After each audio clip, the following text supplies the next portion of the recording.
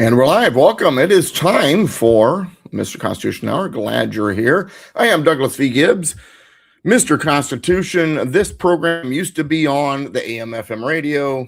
Now we've moved to Rumble and YouTube and other places. So, and so, of course, BitChute, I'm still figuring out how to get it to go live there. I may just drop that and just put the shows there later and forget the live thing. But we are live on YouTube and Rumble right now. And it is a pleasure to be here. Glad to be with you. And, we live in fascinating. What was it? It's an old Chinese, not proverb. It's like a Chinese curse. May you live in fascinating times. And we do. And I was talking to my wife the other day that, as Christians and as patriots, we think we understand, persecution and difficulties. We really don't. But I think there may be some interesting things on the horizon because the leftist progressive commie Democrats, not the ones who vote Democrat but don't fall into that hard left idea, but the leadership that really are the true Marxists, those people, they are willing to do whatever it takes. They saw the light at the end of the tunnel. They thought they had America with the Obama-Hillary thing, and then Trump came in, sticking their spokes, don't know what to do. They have been in panic mode ever since. And as Americans watch this political landscape unfold, a troubling pattern is emerging from the Democratic Party because they're in panic mode. And please understand, they've always been this way. They've always been willing to do things ridiculous. Let's go back to FDR. We're talking about now how they want to pack the court. FDR was the one to pack the court. And when I say they, I don't just mean Democrats. What I mean is the Hamiltonian, collectivistic, big government, ideas. And so getting back to the political spectrum that is America, I think I talked about this last week, where, far left, 100% government, far right, anarchy, Constitution is dead center. And since the day one, before the ink was dry, you had this underground bubbling of anti-Constitution, anti-liberty. We've got to have this big centralized system, collectivistic. Personally, I think it goes way beyond politics. Maybe you could even say spiritual warfare. But the thing is, and getting back to what the Democratic Party of today is doing, and I mean, they're the Hamiltonians, they're the Federalist Party, they're the radical Republicans under Lincoln. They are the KKK. They are they are all these groups in history. The communists, the socialists, the fascists. They are all that. It kind of reminds me of that movie Virtuosity. Denzel Washington was in it, and the bad guy was like a combination of all the worst bad guys in history. There was a little bit of Manson and a little bit of, Dahmer, and a little bit of this, a little bit of that. And it was all thrown in. And then it created this absolute monster. And so the Democratic Party today is a little bit of each of those historical leftist, anti-liberty factions. And now it is bubbling to the surface. There are certain parts trying to take control. All they know is they've got to achieve their domination, their control. And Donald Trump was sticking the spokes. They saw the light at the end of the tunnel. They thought it was going to happen. And so they have gotten to the point where they've always been willing to do this, but they've even gotten more so willing to manipulate foundational American institutions, because they simply can't win in the arena of ideas. They haven't convinced everyone that their ideas of tyranny and control and all of their lies, because they projected onto their opposition, that they haven't been able to convince enough people of that. And so they use these methods to manipulate foundational American institutions to try to get what they want. Can't do it fairly, so they got to cheat, kind of thing, right? Systematic approach to power preservation. And this demonstrates they're not just political opposition. This is a fundamental challenge to the constitutional order that has guided our republic for over 2 centuries. Now, I am Mr. Constitution, so the Constitution is going to be first and foremost in my mind. That's what's going to bubble to the surface with me. I'm a Christian and I'm a constitutionalist. So my faith and my constitutionalism, originalism, is going to bubble to the surface. And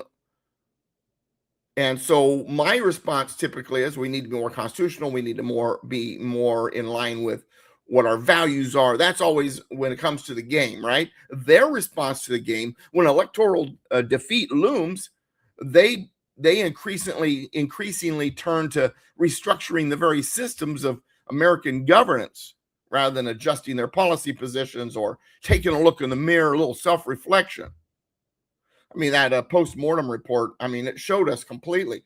They've got no ability to look in the mirror and say, whoa, hey, we're messing up. No, it is, it's the Democratic Party is like the ultimate narcissist. Only they are right. Everybody else is wrong. Doesn't matter if the facts fly in their face. Out there with their chest stuck out. And if you don't like it, I'm going to beat you to the ground. You've seen those people, right? These punks out there walk around like that. That's what the Democratic Party has become. and I watch these people. House Minority Leader Hakeem Jeffries, and he recently made this pretty explicit that this party, they're a bunch of punks. They're going to push around. They're going to do what they want. They're going to destroy. Carville's been saying the same kind of stuff. But anyway, Jeffries at a progressive conference, he says, we're going to have to explore judicial reform state by state and at the federal level. In other words, they're going to manipulate the court system to get what they want. And then he says, everything should be on the table as far as I'm concerned. What do you mean by everything, Jeffries? Do you mean violence? Do you mean tearing down the entire system and replacing it with what you want and then completely shutting down, silencing your opposition? And understand, this isn't theoretical.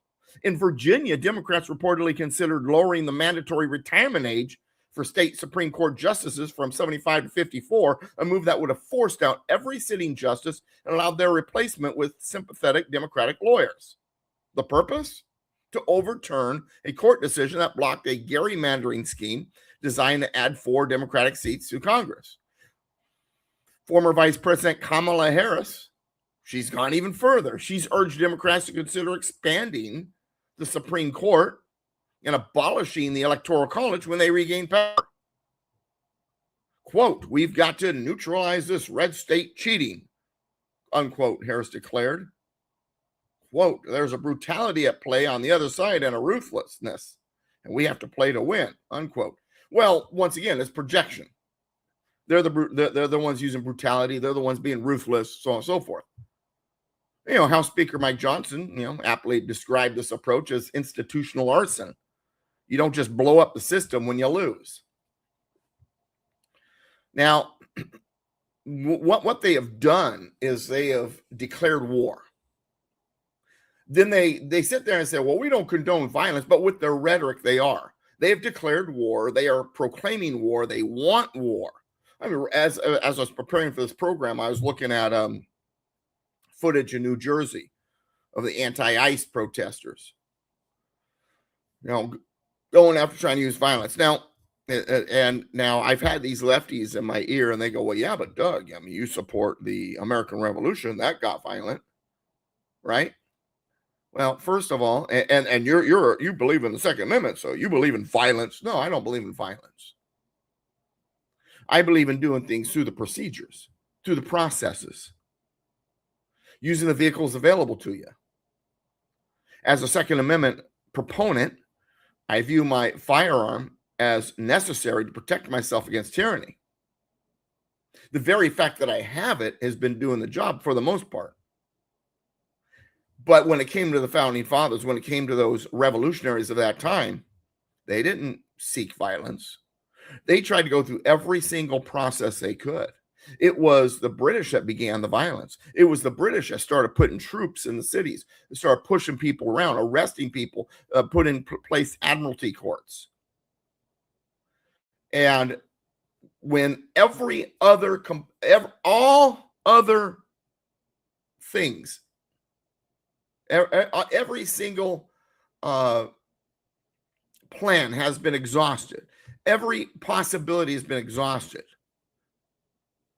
and you've got someone in your face with violence, then you respond, if you have to, with war. That's what the founding fathers did. And that would be, my thing here.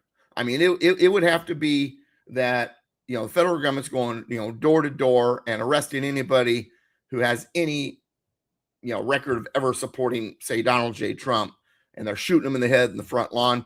I'm going to be responding. Maybe it wouldn't even have to get that bad, but you see what I'm saying? So this is violence for the sake of this revolutionary kind of declaration of war that the Democrats have, because they can't get what they want through the other processes.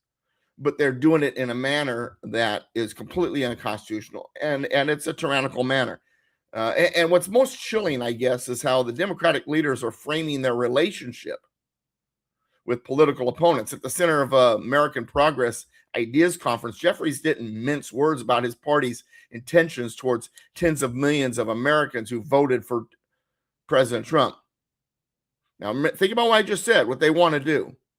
The possibility of, in future, if they ever completely won the government back, what they would do. Think about what he just said. Either MAGA extremists are going to break the country, or we're going to break them, and our goal is to break them. Then he elaborated, we will defeat them.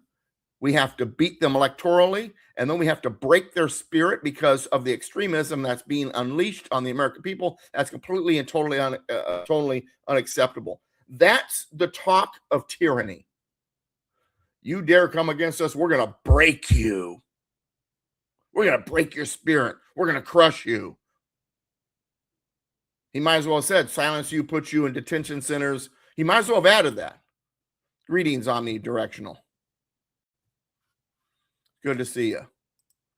By the way, and I should say also Silvermine over there at YouTube. It's good to see both of you, omnidirectional and or Omi. I can say omni. Oh, my directional. Is that what it's supposed to be? I think it is. But that's actually clever.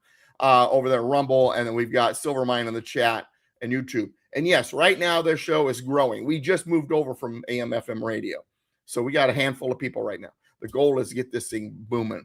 Subscribe, follow this show, repost it, share it, tell everybody about it. Let's get this. Let's get this online as big as it was on the radio before I decided to migrate everything over. Anyway, getting back to what I was talking about. And thanks. I'm glad you guys are there. Understand that what we're hearing from Democrats, like what's his name? Why am I blanking on that dirtbag's name? Hakeem Jeffries.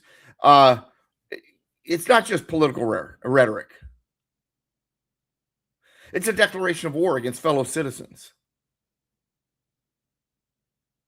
As Edgar Barrios, spokesperson for Speaker Johnson, responded, Hakeem Jeffries says he wants to break the spirit of 77 million Americans.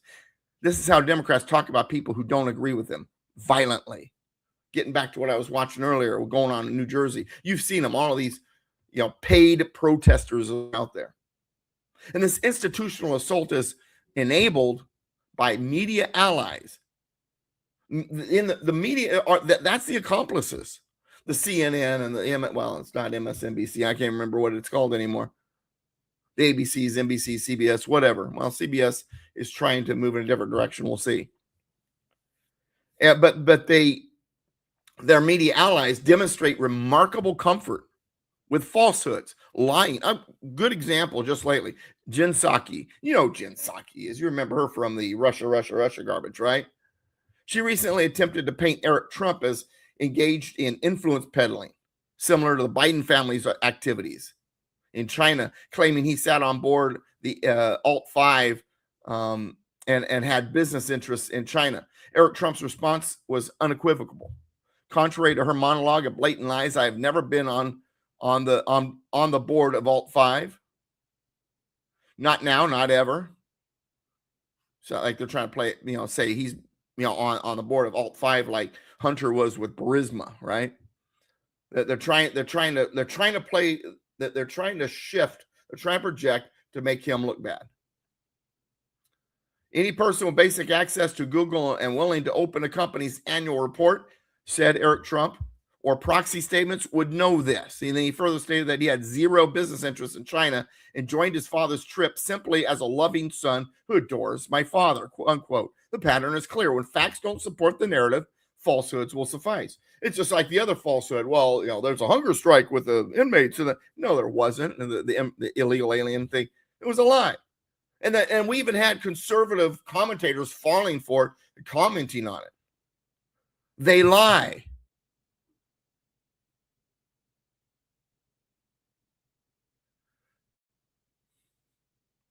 Okay, I am Omni, but oh my is about resistance is not futile. I've got to play one of these days on the show. I used to do it on the radio all the time. We got to play it. I've got to create some breaks for this show. I have a socialist Borg bit that I used to play during my breaks on radio. Omni, you'll get a total kick out of that. A total kick. Wow. As for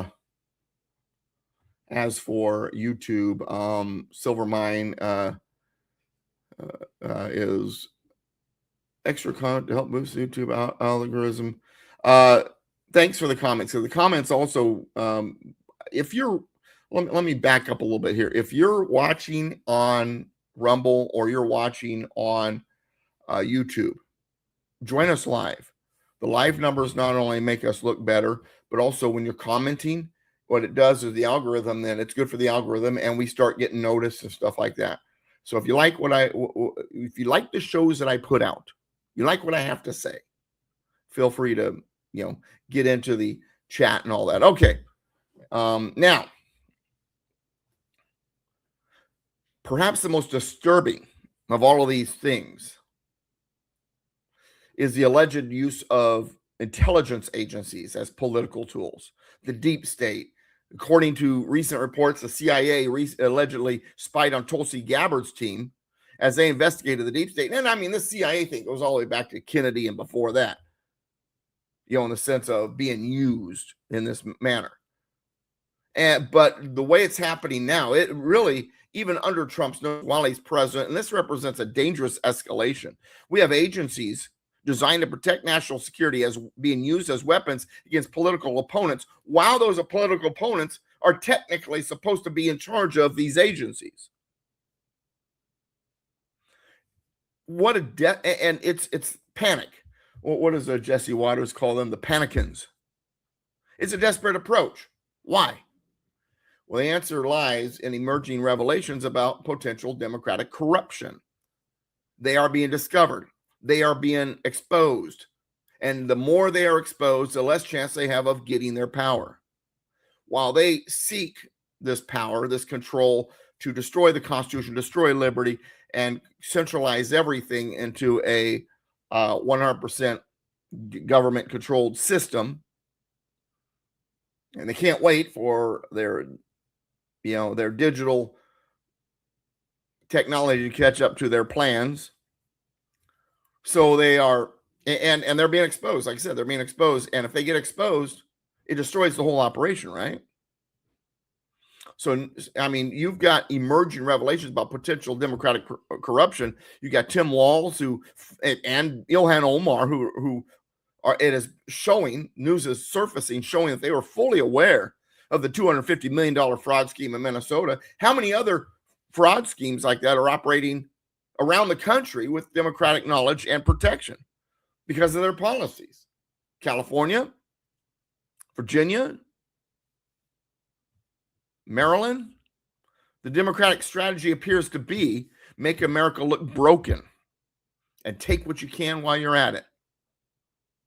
As one Minnesota Democrat recently screamed of frustration, they need to convince Americans that this country is broken and requires a collectivistic revolution.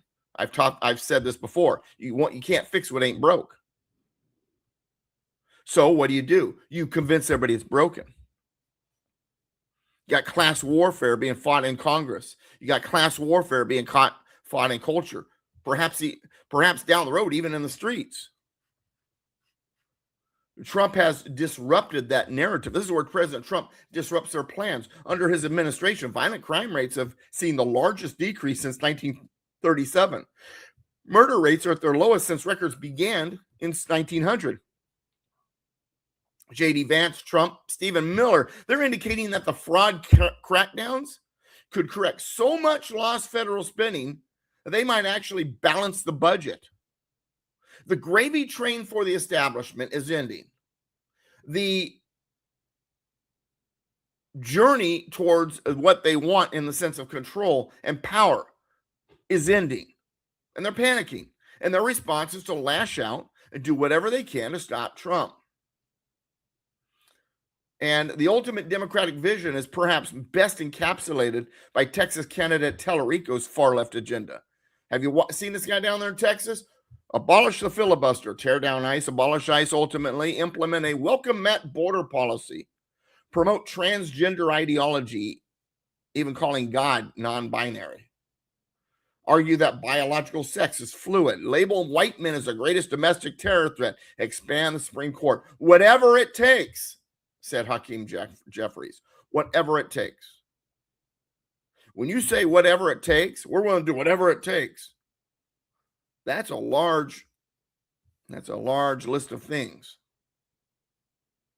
Despite these efforts, however, despite what the left is doing, despite their battle tactics and their threats, the tide is turning against them. Recent polls show broad support for Trump's agenda ahead of the midterms. Trump-backed candidates remain undefeated in 2026 primaries so far. The American people are increasingly recognizing this pattern for what it is. It's not political opposition. It's an assault on the constitutional order itself.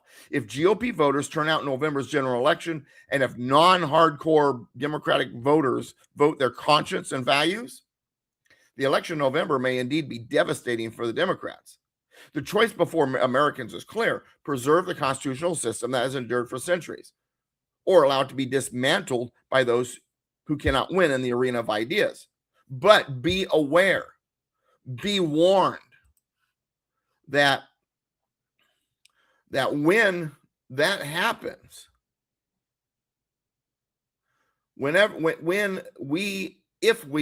if this continues in the right direction, if the Trump supporting MAGA, conservatives, constitutionalists, whatever you want to call it, if we pull off the win in November, they will get worse. That's the reality. This is what these people do. This is what we're up against. Now, that all said, what was interesting is we also watched kind of what's been going on inside the Republican Party. There's been a little bit of a battle there too. And understand the difference between constitutionalists, Republicans, conservatives, whatever you want to say, and the hard left Democrats, progressives, commies, whatever, is and understand there was an accusation that this was true in the GOP, and it never really was, is this idea of purity. If you're not pure on the left, you will be canceled. You will be the enemy if you even disagree on a couple things. And there are Democrats that have seen that, and now they've switched parties just because they got attacked so bad. But on the Republican side, we try to work with each other best we can. But there can be the internal bickering. And sometimes, there are people who believe in the Constitution, but yet they have ideas about the Constitution may not be accurate, or they didn't think it went far enough with limited government. There's, and we have a whole different view of, well, that's not the right word. There's different degrees, when it comes to what people would call the right, although I will tell you that the right doesn't technically exist. And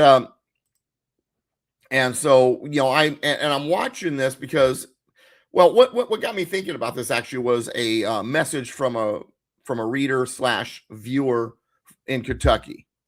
And if you want to go to douglasvgibbs.com, ask Doug, click that. You can send me a message. If you want me to talk about something on radio show, want me to write an article, you want me to, respond to a question you have, anything, just go to ask Doug at douglasvgibbs.com. This is what she did. And through that, she expressed concerns about what she perceived as libertarian infiltration of conservative politics. And her questions about libertarian principles and how they differ from traditional conservatism, that deserved careful consideration. And, and I have, on some things, I have a lot in common with libertarians. On some things I don't. But, and so we do need to look at this. But the thing is, this is not to mean that there has to be a purity in the Republican Party or in the MAGA movement. But we do have to accept, at the same time, we have to recognize important distinctions in political philosophy, because it affects our national discourse. And it affects our plans and our strategies. Now, as a Christian and a Constitutionalist, I said this earlier, my first thoughts typically run along what is in line with my faith in the founding document that established our system of governance. I also, as a Christian, I recognize in Jeremiah, in the book of Jeremiah, Old Testament, the Lord reminds us that the heart is wicked. Meaning that if we are to rely only on our feelings and emotions, they will lead us astray. This is not to say that you ignore your emotions or feelings, but they must be a small part of a larger, way of looking at things. We need also reason, use our logic, pragmatism, morality, our ability to analyze deeper than what's on the surface, and so on and so forth. And this is why, and I saw this not too long ago, and it caught my attention. And ladies, please don't recoil here. This is not a hammer on ladies. I saw this map, and if the women's vote was removed from the last election, Trump would have won every state except for like 4 of them. He would have won California. Men think in a more logical, analytical way. Women tend to use their emotions more. And the Democrats know it. That's the reason why their strongest bloc right now are white, liberal, feminist women. Because women also have this maternal instinct. Oh, they said those poor people in the immigration camp are being treated poorly. Oh, those poor people. Oh, children are being separated from the parents. If there's, that hurts my, right? Ladies, I get it. You're maternal. You have a natural instinct. I get it.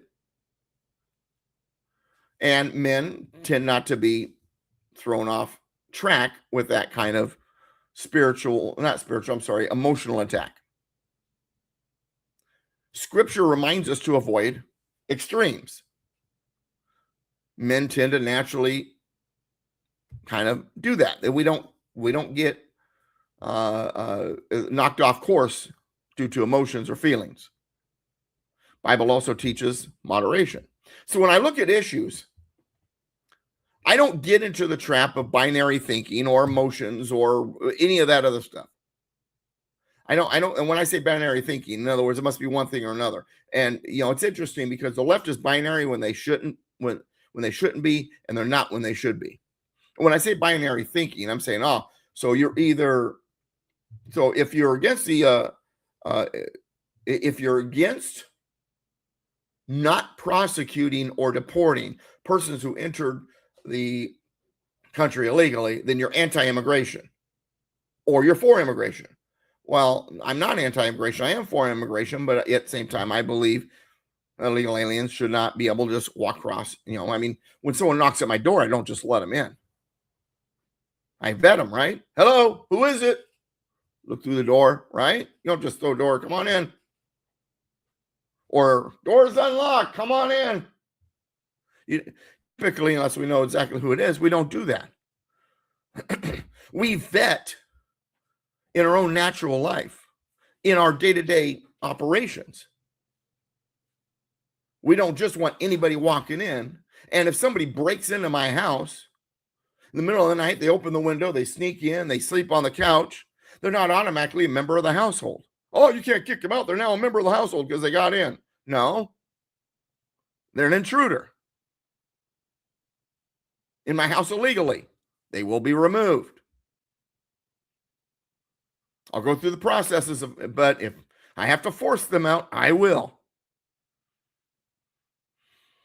When I say processes, you talk to them and then you bring the cops in, or whatever. Of course, if I catch them invading and jumping in, I'll probably just shoot them, but that's beside the point. I don't know. I haven't been in that situation yet. But my point is, I don't know exactly how the process or how I would do it. But my point is, even in our own life, if someone breaks into our home, we don't say, oh, well, you got in, huh? Wow, I guess I should have locked the window. But since I didn't, and you squeezed in the window and you're laying on my couch, you ate some food in my fridge, welcome to the family. What can I do to make your life easier? No, we don't do that. That's the stupidest thing I ever heard. But that's what we're doing with illegal immigration, is it not? And so that's what I mean by binary thinking. Is their attitude is, well, if you're against any kind of immigration, you're anti-immigration. No, I'm pro-immigration. My wife is an immigrant. Her father came here with his family when she was like 6 months old, went through the process, paid the money, had the interviews. My wife didn't, because she'd been so poisoned by the left's rhetoric, didn't actually naturalize until well into our marriage. Well, Doug, I'll lose my culture if I naturalize. No, you won't. The culture is inside you. Add a culture to your culture. Have a second culture, American culture. I'm sick and tired of the left saying, oh, well, Americans don't have a culture. White people don't have a culture. Yeah, we do. And why does it matter?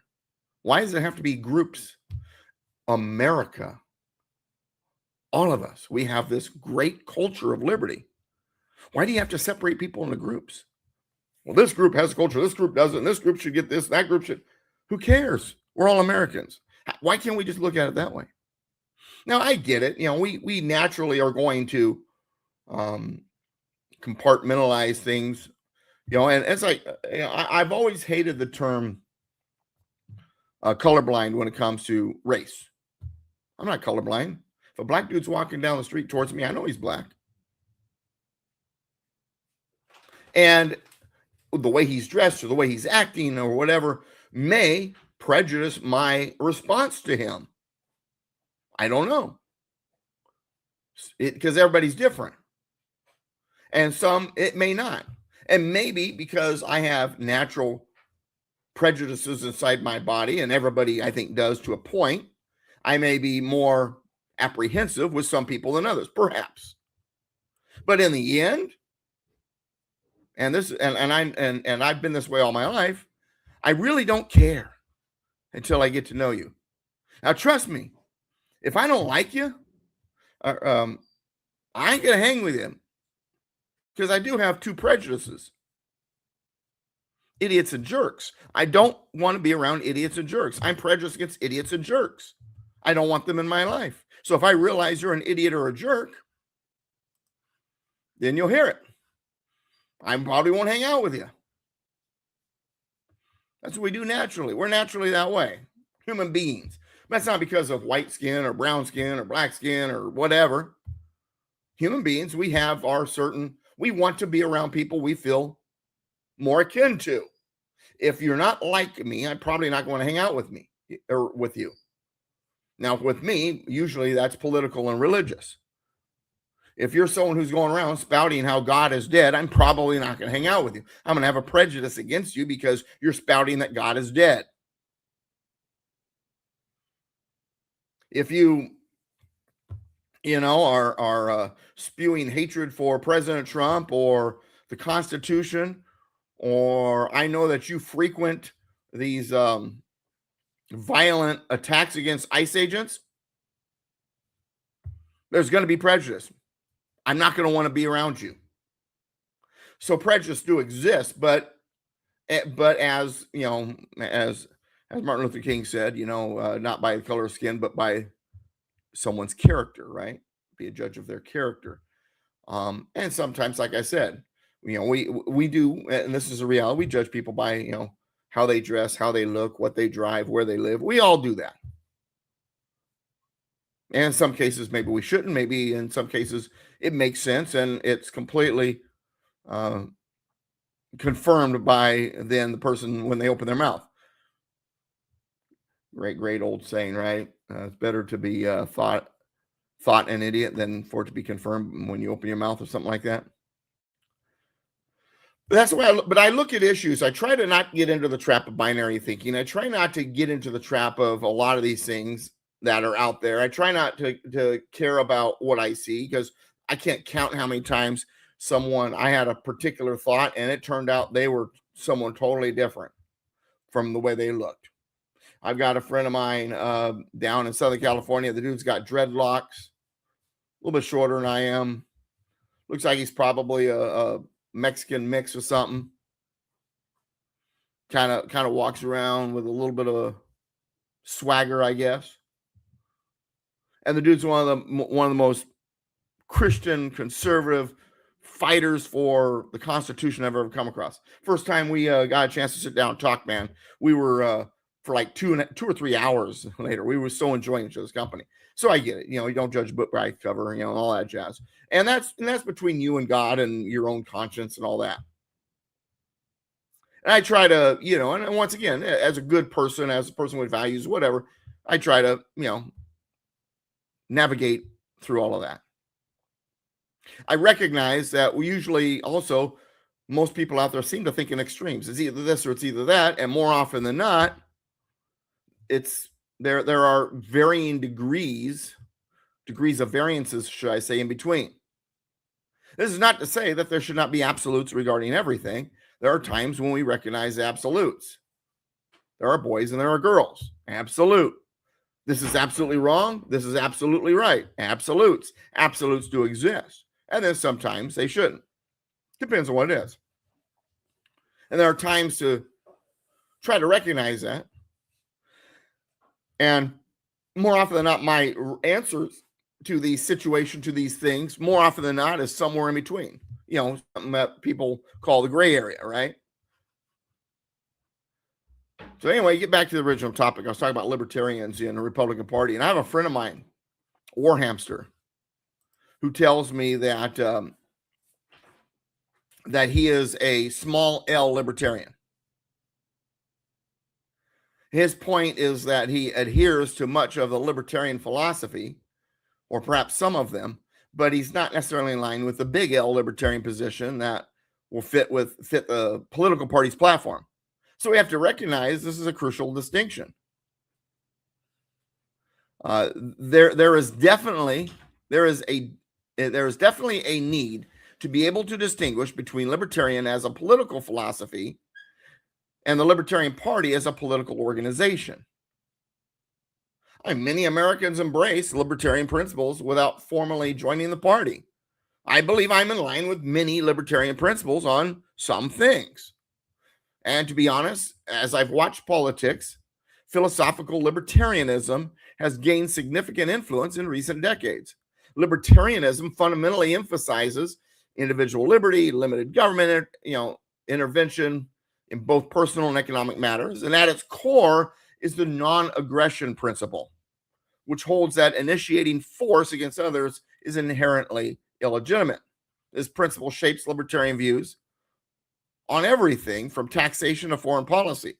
The Libertarian Party, established in 1971, translates these philosophical principles into specific policy positions. However, many politicians who incorporate libertarian ideas, such as Rand Paul and Thomas Massie, operate within the Republican Party rather than as a third-party candidate. Libertarian Party candidates and independents and all that, it's hard to win. You can be a member of one of the two major vehicles, one of the two parties. That's just the reality. I know there's a lot of you hate the two-party system. I'm right there with you, but the reality is that's what we do. If we were to get rid of both parties, all the parties, the moment a new issue came up, there'd be those for it, those against it. They'd organize, birds of a feather flock together, organize, pick a leader, boom, you got your parties. We naturally do it. And we have two parties that are the primary vessels in the political world. Fortunately, one of them has been snatched out of the jaws of defeat by Donald Trump, and the Republican Party is a whole different party now. But anyway, so, guys like Rand Paul and Thomas Massie, who are probably more libertarian than Republican, operate in the Republican Party. Bernie Sanders, who's more of a commie, AOC is more of a commie, they operate within the Democratic Party. And they will have influence on that party. The libertarians in the Republican Party have had influence on the party, and for the most part, good, sometimes not so good. And the raging commies in the Democratic Party have had a negative impact on that party. Libertarians and traditional conservatives share common ground in their desire for limited government, constitutional constraints on federal power, but generally, or should I say both, generally support free markets, property rights, individual responsibility. Can't count how many times I've said to young people, take responsibility for your actions. There's going to be consequences. So think about it before you do it, right? But there are some significant differences when it comes to the libertarian approach to government's role in society, and maybe a conservative or purely constitutional look. Libertarians typically advocate for non-interventionism based on the non-aggression principle. So foreign policy, they typically oppose military engagements unless directly defending against aggression. You had to have been attacked. I kind of look at foreign policy sort of like my vehicle. If my car breaks down, it needs to be fixed. That doesn't mean, though, that you don't, you wait until it's broken down to fix it. Sometimes there is preventive maintenance. Need to do an oil change. Oh, it's pretty dirty. It's been there a while. Or the level is low. Got a leak in my radiator. Maybe we should fix the leak instead of waiting until the engine blows up. Now, and this is kind of the more traditional conservative view when it comes to politics. Conservatives tend to recognize the necessity of strategic international engagement, occasional military action to address genuine threats. George Washington wisely cautioned against foreign entanglements, but he also understood that a world with hostile regimes sometimes requires difficult choices. This Operation Iran is a great example. The libertarians, like Thomas Massie, ticked off about it. We have no business being there, is his attitude. My response is the same as Trump's. We can't allow them to have a nuclear weapon because you're creating peace with this action. And it goes even deeper when it comes to Islam. That's a discussion for another time. Then, like social issues, libertarians also kind of diverge a little bit on social issues. My joke has always been that libertarians are conservatives who smoke dope. Conservatives often support laws reflecting traditional moral values. Libertarians generally believe such matters should be left to individual conscience rather than governmental regulation. And this explains libertarian support for drug decriminalization and marriage issues, positions that concern many conservatives. Now, some conservatives, though, then they'll say, oh, well, then the federal government should, and I'm kind of somewhere in between. I agree with conservatives in the sense that, where we should stand on certain social issues, but I don't believe the federal government has any business getting involved. Then in immigration, most libertarians favor more open immigration policies based on free market principles Conservatives tend to emphasize border security and controlled immigration. As a constitutional originalist, I believe that the federal government's powers are properly limited to those enumerated in the Constitution. 10th Amendment reserves all other powers to the states or the people. This framework allows for local solutions to local problems while maintaining national standards for issues truly requiring federal attention. James Madison explained in Federalist Paper number 45 that the powers delegated to the federal government are few and defined, while those remaining with states are numerous and indefinite. This constitutional balance doesn't mean states should become tyrannical. Article 4, Section 4 requires them to maintain Republican forms of government, but it does answer the question about issues like abortion and marriage and drug criminalization. Those issues ultimately belong to the states to decide for themselves. So while I agree with most conservatives that there should be strict laws on these things, I don't believe that should be through the federal government. None of those issues are any of the federal government's business. The libertarian tendency is to push limited government principles further than constitutional parameters allow, and that creates tension. For instance, while I might question whether federal regulation of aviation properly falls under the Commerce Clause, my response isn't to eliminate all regulation, but to either clarify constitutional authority through amendment or return such powers to the states. I don't throw the baby out with bathwater. Libertarians tend to. Once again, this is not an attack on libertarian positions, because I agree with libertarians on most things. We're going to have our disagreements. I'm not expecting purity. I'm not sitting here and saying, hey, if you don't agree with me 100% of the time, get out of my party. I'm just saying that these tensions are going to exist. There's going to be disagreements.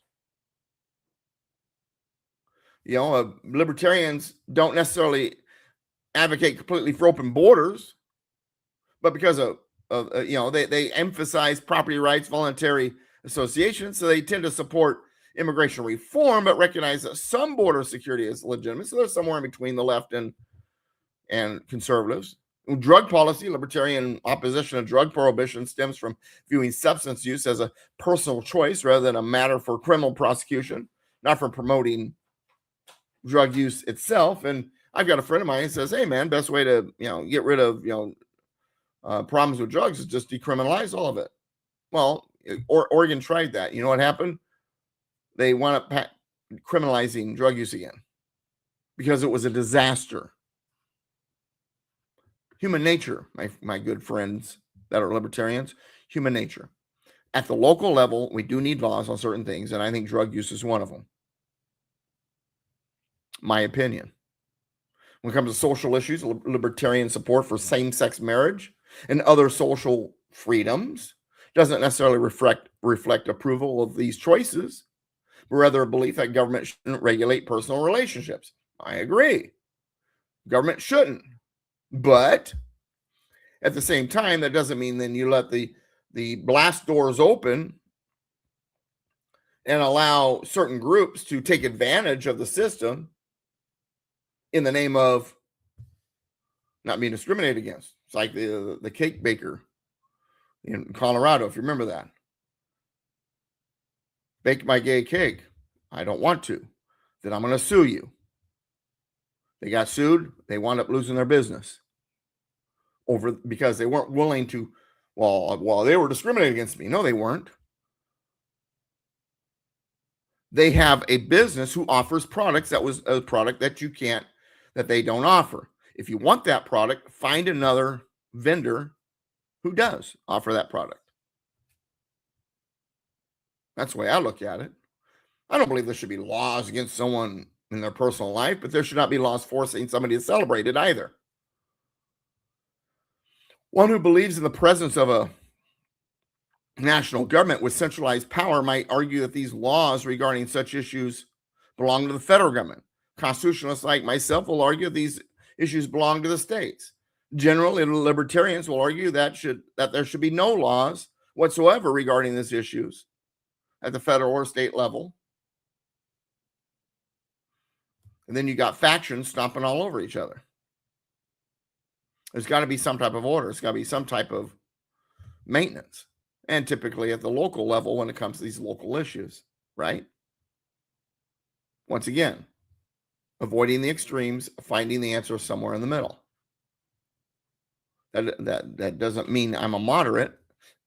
That's the way I look at things. There's always an answer that's not an extreme. I'm not trying to make everybody happy. I'm just recognizing from a constitutional end the way it should be. But the tensions between libertarian and conservative approaches reflects broader questions about America's future. Should we prioritize individual autonomy above all else? Or should we preserve institutions and traditions that have sustained our civilization? Or is the answer somewhere in between? And if there are people who hold what might be considered extreme views on certain issues, should the GOP consider jettisoning those individuals from the political party? Regarding that last question, two things come to mind. How quickly progressives cancel anyone who is not purely 100% in line with their narrative. I kind of agree with Ronald Reagan when he famously said the person who agrees with you 80% of the time is a friend and an ally, not a 20% traitor. The quote reflects Reagan's pragmatic approach to politics and his willingness to build coalitions with those who might not agree with him on every issue. It encapsulates his belief that political progress often requires working with people who share most of your views, even if there are some areas of disagreement. It might be a lesson for us to consider when, as conservatives or constitutionalists, we operate with libertarians in our midst. Reagan was known for his ability to unite different factions within the conservative movement, and this quote illustrates his philosophy that political alliances should be based on common ground rather than demanding ideological purity. This approach was particularly evident in his ability to bring together traditional conservatives, libertarians, and former Democrats into what became known as the Reagan Coalition. This quote is often cited in discussions about political strategy and coalition building, particularly in conservative circles, where there's ongoing debate about how broadly the movement should define itself. So when it comes to libertarian-minded Republicans like Rand Paul and Thomas Massie, and how to work with them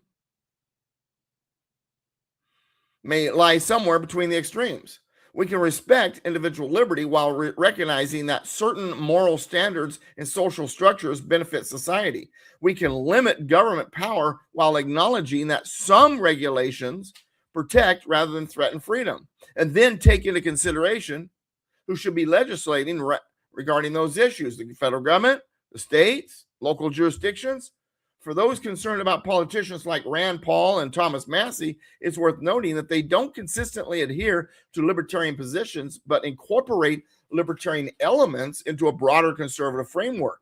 Their libertarian-leaning positions on civil liberties and government spending coexist with most conservative views on other issues. Understanding libertarians' appeal while recognizing its limitations helps us navigate today's political landscape. We can appreciate libertarians' important contributions to discussions about government overreach without adopting their more extreme positions. And as we debate these issues, let's remember that constitutional governance requires balancing competing values: liberty and order, individual rights and communal responsibilities, local autonomy and national security. And this balance, not ideological purity, should guide our political judgments. And with that said, as often is the case, when a person with views that may not fit the grand scheme as well as the culture may wish deviates too far, then their seat in government may be shorter lived than they might expect. I have a saying: the culture will take care of it. In some cases, there may even be more issues and complexities beneath the surface than most Americans can see. But the local voters are well aware of these things. And so when you have someone like a Thomas Massie or Rand Paul or whatever, that Trump is saying, oh, this guy's whatever. And I think he was kind of harsh on Massie, but I get why he was upset with him. Massie wasn't, he was so strictly sticking to his libertarian principles that he was very critical of certain things that I think Trump was doing right. This is why the Republican form of government, has components that ensure local voices have a voice over nationalized democracy. And that's why it's so important. Case in point, Thomas Massie lost in Kentucky during this year's Republican primary. The locals took care of it. They said, okay, we appreciate his libertarianism, but it got in the way of what we believe is a broader picture. So bye-bye, we'll bring in somebody else who is more in line with our president, who we agree with more. When left to the culture, more often than not, the culture will decide if someone might have gone too far or needs to be replaced. Or at least that tends to be the reality for the GOP and less lefty-leaning organizations, parties, and groups. And, and understand, I'm not going to sit here and just complain about Democrats. I mean, Republicans do stuff that kind of bother me. I mean, what's her name? Nancy Mace. She introduced a proposed joint resolution to amend the Constitution requiring all members of Congress, federal judges, and Senate-confirmed executive officers to be natural-born citizens. And she doesn't even know what a natural-born citizen is. She's assuming that natural-born citizen and native-born citizen are the same thing. She's upset because foreign-born citizens, people who've been naturalized but not born in the United States, are putting forth bad ideas or making bad decisions that she considers anti-American. And I'm not totally in disagreement with her on that. But the way to fix it, first of all, is not to demand that everybody's a natural-born citizen, especially when you don't know what natural-born citizen means. Natural-born citizen and native-born citizen are not interchangeable terms. The framers didn't put native-born citizen in the Second Amendment when it came to the president vice president. They put natural-born for a reason. They had a deep suspicion towards certain native-born inhabitants, like the Tories. Though born in the colonies, Tories maintained allegiance to Britain, considered themselves subjects of the crown. Couldn't be trusted. So what do we want? We don't want native-born. We want natural-born. What's a natural-born citizen? Immer David Tell's Law of Nations, a work that was present at the Constitutional Convention, 2 English copies, 1 French. This is the definition the framers relied on when they established the term natural-born citizens in the Constitution. And what does it say? That natural-born citizens are those born in the country of parents who are citizens. The original French, Vattel used the term les naturels, rendered in the 1760 English edition, the edition available to the founders, as natives or natural-born citizens. The framers relied on the well-established term of natural-born citizen. The term, everybody said, well, native-born citizen, natural-born citizen is the same thing. No, it's not. Native-born citizen, that term didn't even exist yet. It showed up during the mid-1800s. It surrounded birthright, citizenship, territorial expansion, the status of freed slaves and Native Americans. By the time of the 14th Amendment, 1868, legal commentators began informally referring to persons born in the United States as native-born citizens.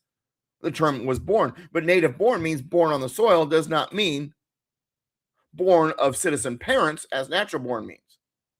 But see, Nancy Mace, like most people, have got stuck in their head that native-born and natural-born, same thing. Well, if you're born on American soil, then you're naturally born here. No. That's not what natural-born meant. The founders' understanding of natural-born citizen is a term rooted in the Law of Nations. The historical record makes a distinction unmistakable. Natural-born citizen and native-born citizen are not the same. To the framers, a natural-born citizen is someone born in the country to citizen parents. A native-born citizen, as the term later evolved, simply meant someone born on American soil, regardless of parental allegiance or citizenship. So if you want native-born and you want to toss birthright citizenship, Congresswoman Mace, then put that in your proposal, not natural-born, if that's what you mean. If you mean natural-born, what you mean are people born of citizen parents, which means that Obama and Kamala Harris wouldn't have even been eligible for the Senate or the Congress or the House of Representatives. Now, I don't believe that her amendment, Nancy Mace's amendment, has any chance of advancing. But it troubles me that members of Congress, even Republicans, who have sworn an oath to the Constitution, appear unable to grasp the meaning of its own language. And finally, real quick, because I'm running out of time rapidly, is that climate change alarmism is being abandoned by the Democrats, by the left, and interestingly enough, by the United Nations.